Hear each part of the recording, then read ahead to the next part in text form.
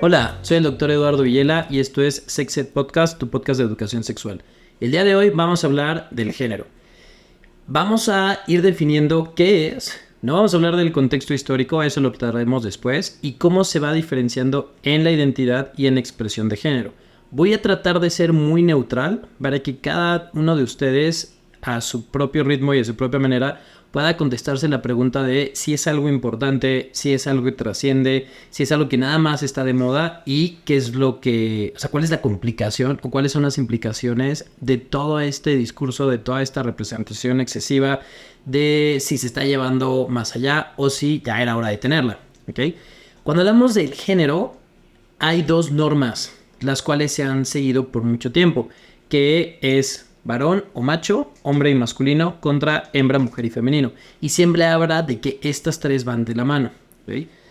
Lo primero y lo más importante que hay que hacer para entender el género es saber que es un constructo social. O sea, no existe. Pero eso no significa que no tenga una implicación muy importante en lo que hacemos, ya que nuestra sociedad está basada en un montón de constructos que son cosas que el ser humano ha inventado, por así decirlo, y que le dan el orden a la sociedad, le dan un sentido a nuestras vidas, como por ejemplo la economía o la política. Realmente estos sistemas, o sea, no es algo natural, no es algo que podamos tocar, pero es muy importante en el estilo de vida que tenemos las personas. Este tipo de representaciones, por ejemplo, se ven en obras literarias o en películas como por ejemplo El Señor de las Moscas o en The Walking Dead, donde quitas el orden preexistente de una sociedad y cómo los personajes regresan a este orden que es necesario. Entonces, no porque algo sea un constructo social, no significa que no sea importante para la sociedad, ¿okay? El género, entonces, van a ser características, rasgos y comportamientos sociales que se atribuyen a cada sexo. O sea, si yo soy hombre, bueno, si tengo cuerpo de hombre o si tengo cuerpo de mujer, ¿eso qué significa? ¿Cómo soy? ¿Cómo pienso? ¿Cómo me comporto? ¿Qué es lo que tengo que hacer? ¿A qué cosas aspiro? Y sobre todo, ¿cómo se tiene que ver mi cuerpo? ¿Y cómo voy a yo representarlo? Es verdad que las diferencias anatómicas, hormonales y fisiológicas que existen entre los dos sexos, y sé que estoy dejando de lado un poquito a las personas que tienen diferencias del desarrollo sexual, ya que pueden existir, hay variaciones, pero estas diferencias en ciertas ocasiones sí son, o sea, sí las tenemos que tomar en cuenta, ¿ok? Lo que es importante tomar aquí es que no todo es discriminar, en que es muy distinto que yo diga esta profesión o este color o este tipo de comportamiento es solo exclusivo para las personas cuyo cuerpo se ven de esta manera, contra que yo diga si hay una ventaja física para ciertas funciones entre un cuerpo y otro, sin atribuirle ahí a un valor a la persona. Y eso es, digamos, ahí donde empiezan las diferencias, en donde también empieza este discurso de te estoy discriminando o te estoy violentando, ¿okay? Porque aunque sí existe la violencia, no lo estoy negando, sí tenemos que tener mucho cuidado en qué es lo que yo llamo violencia y contra qué es con lo que yo me voy a enfrentar, ¿okay? Entonces, importante, el género y todas estas características sí pueden limitar y pueden violentar, como lo hemos dicho, pero no siempre. Y por ejemplo, un ejemplo que se me ocurre aquí con esto es, y alguien con el que un día lo estaba platicando, es, por ejemplo, si yo voy a contratar un guardaespaldas, por lo general el guardaespaldas es un hombre y no una mujer. Y dentro de qué tipo de hombre yo voy a contratar para ser un guardaespaldas o ser un guardia, pues voy a poner una persona que sea joven, una persona que tenga más masa muscular. No voy a poner a un menor de edad, no voy a poner a una persona anciana, no voy a poner a una persona obesa, ya que para ese trabajo en específico sí requiero de ciertas características físicas. Pero hay muchas otras profesiones en las cuales sí podría verse beneficiado, por ejemplo, contratar a una persona contra otra. Y digamos, en la medicina, las mujeres tienden a ser mejores doctoras que los hombres porque tienden a tener un mayor cuidado en los detalles, pueden hacer más fácil multitask, y esto sobre todo es por cómo están estructuradas diferente el cerebro de ellas contra el de los hombres, pero eso no significa que yo como hombre no puedo ser buen médico. Lo mismo con terapeutas. Entonces, sí hay ciertas características y ciertas condiciones que nos hacen más aptos para ciertas tareas, pero no necesariamente es en todas. Y que yo me refiera a esto, no necesariamente es discriminar.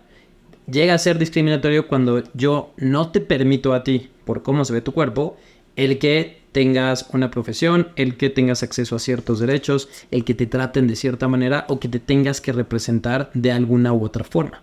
¿Ok? Es discriminar, por ejemplo, en esto cuando yo digo que un hombre no puede ser enfermero o que una mujer no puede tener su propio negocio o ser la CEO. Ahí sí. ¿Ok? También importante el género es que es muy cuestionable y es dinámico. Aunque sí los roles han sido establecidos desde hace mucho tiempo y también parten de las funciones reproductivas y porque hace mucho sí, por lo general las mujeres eran las que criaban y mantenían a las familias, mientras que el hombre tenía otras funciones. Hoy en día ya va cambiando mucho y de hecho eso se ha visto a lo largo del tiempo en cada situación o en cada cambios históricos que llegan a ver. Por ejemplo, en Estados Unidos durante la Segunda Guerra Mundial, cuando los hombres estaban en la guerra, es de las primeras formas en las cuales las mujeres van entrando a la fuerza laboral porque ya no había nadie. Por lo general eran ellas las que se quedaban en casa y entonces al no haber alguien que mantenga la familia es cuando pasa. Y a partir de ahí y hacia los años 60, 70, cuando empieza a existir una mayor presencia de mujeres en universidades y en trabajos, entonces también se empieza a cambiar un poquito los roles. Por lo general, este tipo de cambios van permeando y se van manteniendo, pero no en todas las situaciones y no en muchos lugares, ya que, bueno, sin irnos muy lejos, aquí en México también la brecha salarial o la brecha educativa y también la violencia que existe en ciertas comunidades con los matrimonios arreglados. Entonces, ahí se siguen viendo estas marcadas diferencias que sí son violentas contra las personas, nada más porque son una u otra cosa. Entonces, siempre antes de que vayamos a ir hacia si algo es violento o no, o algo discrimina por el género, siempre hay que tener mucho cuidado en el contexto de la situación. Y de nuevo, no estoy diciendo que no exista, solamente que no todo lo que yo acuso como violencia de género lo va a hacer. A partir del género hay dos cosas que vamos a ir entendiendo. Una es la identidad y otra es la expresión. La identidad de género es el grado de pertenencia hacia las estructuras sociales establecidas por cada sexo. O sea, si yo me siento o no del sexo que soy, o si me siento de algo diferente. La identidad es una vivencia interna. Y aquí es donde se va a clasificar en un contexto que es binario, soy hombre o soy mujer, y uno no binario, que en algunas comunidades el no binario lo ponen en el mismo marco del ser queer, que ahorita no vamos a hablar de eso y a lo mejor sí muchos están diciendo que sí, que ser no binario no significa ser queer, pero para muchas personas sí. Y lo mismo de que como la identidad es una vivencia interna y es personal, es tan válido que alguien diga que no contra alguien que diga que sí, pero eso va a ser un tema aparte. Aquí lo importante es que cuando yo hablo de este binarismo, en si soy hombre o soy mujer, porque esto es lo que me dicen que tengo que tener, ahí es donde empiezan las preguntas, ya que muchas personas dicen, ok, yo soy hombre, entonces socialmente me dicen que tengo que identificarme con esto, estas son las cosas que me gustan, estas son las aspiraciones que debo de tener, estos son los comportamientos que yo debo de seguir, y entonces, ¿van conmigo o no van conmigo? Y si no van conmigo, en algunas personas es donde entra él, entonces, ¿cómo me identifico? Pero no en todas las personas. Un ejemplo también que se me ocurrió es, por ejemplo, a mí nunca me gustó el fútbol. Y de chico sí llegué a sentir que me debía de gustar. Pero nunca llegué a sentir que entonces yo era menos hombre comparado con mis hermanos. O que entonces yo iba a ser otra cosa. Y tampoco yo veo que si a una mujer le gusta el fútbol o los deportes, que por lo general están más asociados a la identidad de un hombre, tampoco la veo como menos mujer o como más hombre. Y esto es algo donde aquí empieza esa cuestión. Porque si yo digo que mi identidad va a depender de cómo, o sea, de las cosas que me tienen que gustar, entonces yo ahí estoy clasificando que solamente ser hombre es que me tienen que gustar esas cosas. Y no no verlo de una manera de decir, si soy un hombre, pero soy un hombre al cual no le gusta el fútbol y está bien. Otra cosa, por ejemplo, y que pasó hoy en día es, tuve que cambiar una llanta y sí sé hacerlo, pero sí necesité ayuda. Y hoy en la mañana tuve que ir a una vulcanizadora, arreglaron la llanta y digamos, todo este proceso en dónde hay una vulcanizadora, cuánto te cobran, ¿Qué es lo que se tiene que hacer? ¿Volver a acomodar la llanta? Yo no tenía ni idea de nada de eso. No significa que soy menos hombre, significa que soy un inútil y ya. Pero si yo volteo y digo que saber ese tipo de cosas y que me gusten ese tipo de cosas es lo que va a hacer que yo me defina como hombre o mujer, es ahí donde yo empiezo entonces a clasificar las cosas. Puedo ser una persona que no tiene intereses que tienen igual los mismos hombres o las mujeres y no significa necesariamente que me identifico o no. Pero para algunas personas esta vivencia sí se presenta de esa forma y está bien. Porque entonces lo que ellos o ellas empiezan a buscar es dónde se identifican y dónde se van a ir encontrando. Entonces, la identidad de una persona es algo súper valioso. Y sí, la identidad de género es lo que me va a ayudar a mí a determinar, ok, ¿cómo voy yo entonces a expresar ese género? Y que de ahí viene precisamente esta parte, que es cómo hablo, o sea, cuál es mi lenguaje, qué tipo de ropa utilizo, ¿no? Mi vestimenta, los movimientos, mi comportamiento, los patrones, qué es lo que consumo de música, de libros, de material en cine, en televisión, las cosas que compro, cuáles cosas no compro, la apariencia que tengo, qué tipo de modificaciones corporales le hago a mi cuerpo, ¿no? Que no tienen que ser radicales, puede ser de si me pinto el pelo, si me pinto las uñas, si uso maquillaje, si me arreglo mucho, si no. Entonces, toda esta parte en cómo se está representando mi identidad es en lo que yo llamo la expresión de género. Y en esta la clasificación es lo femenino, lo masculino o lo andrógino.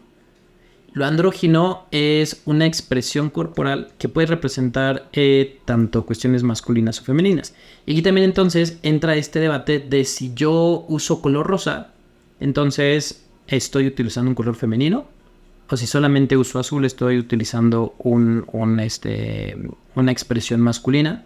Porque a lo largo de toda la vida es lo que nos han dicho. Este tipo de colores son de los niños, este tipo de colores son de las niñas, estos juguetes van aquí, estos juguetes son para ellas, este tipo de profesiones. Y entonces aquí vuelvo yo a la parte donde si yo busco expresarme de una forma diferente y digo es que yo me identifico con algo femenino y entonces por eso utilizo esto, yo le estoy dando esa clasificación. O simplemente decir uso ropa y uso estos colores porque me gustan. Sí es un proceso complejo. Yo cuando lo empecé a estudiar, uno de los exámenes como de conciencia que hice conmigo mismo fue decir, por ejemplo, en el color de la ropa que yo uso. En este momento no, pero yo utilizo el color azul para mucho. Entonces yo me detuve a pensar si utilizaba mucho el color azul porque me gustaba o porque yo había crecido con la idea de, pues como eres niño, tienes que usar azul y fue a lo que permeó. Y hacia el final dije, no, estoy tan cómodo con usar colores de cualquier tipo, entonces no sean muy brillantes, y no porque tenga que ser algo con lo que yo voy es dentro de mi identidad. Y lo mismo en mi profesión. Por lo general, la profesión docente tiene un matiz un poquito más femenino, pero no va hacia allá. O al menos en mi caso, es que hay un cambio en la identidad. Entonces, de base es que cada persona sepa, número uno, qué es lo que le gusta, cómo se expresa, cómo está representado, qué es, más bien cuál es la forma en cómo se va a presentar al mundo. Y que ya cada una de esas personas decida, ok, por dentro, así es como yo me siento, esta es mi identidad, y que cada uno lo vaya definiendo a su manera.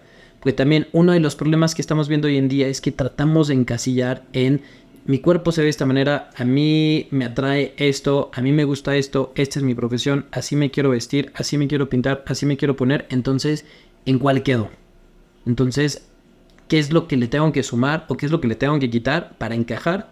Cuando lo que realmente tenemos que hacer es buscar pertenecer y buscar decir, así con lo que tengo estoy bien, y puedo decir, soy un hombre al cual no le gustan estas cosas, o soy una mujer que le gustan estas cosas, o que se representa de esta manera, y no me hace ni más ni menos. Y por eso, y volviendo a lo que se habló en el episodio pasado, cada persona va a ir definiendo su propia sexualidad. Y por ende, cada una de las personas en el mundo está dando como una forma individual y única de sexualidad, y cada una es correcta. Yo creo que de base eso es lo más importante. Y sí, es bueno que exista esta diversidad, es bueno que exista esta representación, y que cada persona se vaya descubriendo y que no tenga yo que verme de una manera porque es que soy hombre, es que soy homosexual, es que soy bisexual, es que me identifico así, porque entonces la gente lo que va haciendo es se va cortando partes de sí misma para que entonces yo pueda estar muy bien encasillado en esta cajita que me estás poniendo. Yo creo que eso es algo que podemos reflexionar mucho y que entonces ya con esa información cada uno de nosotros puede definir si hace falta o si es importante tener esta conversación o simplemente dejarlo ser.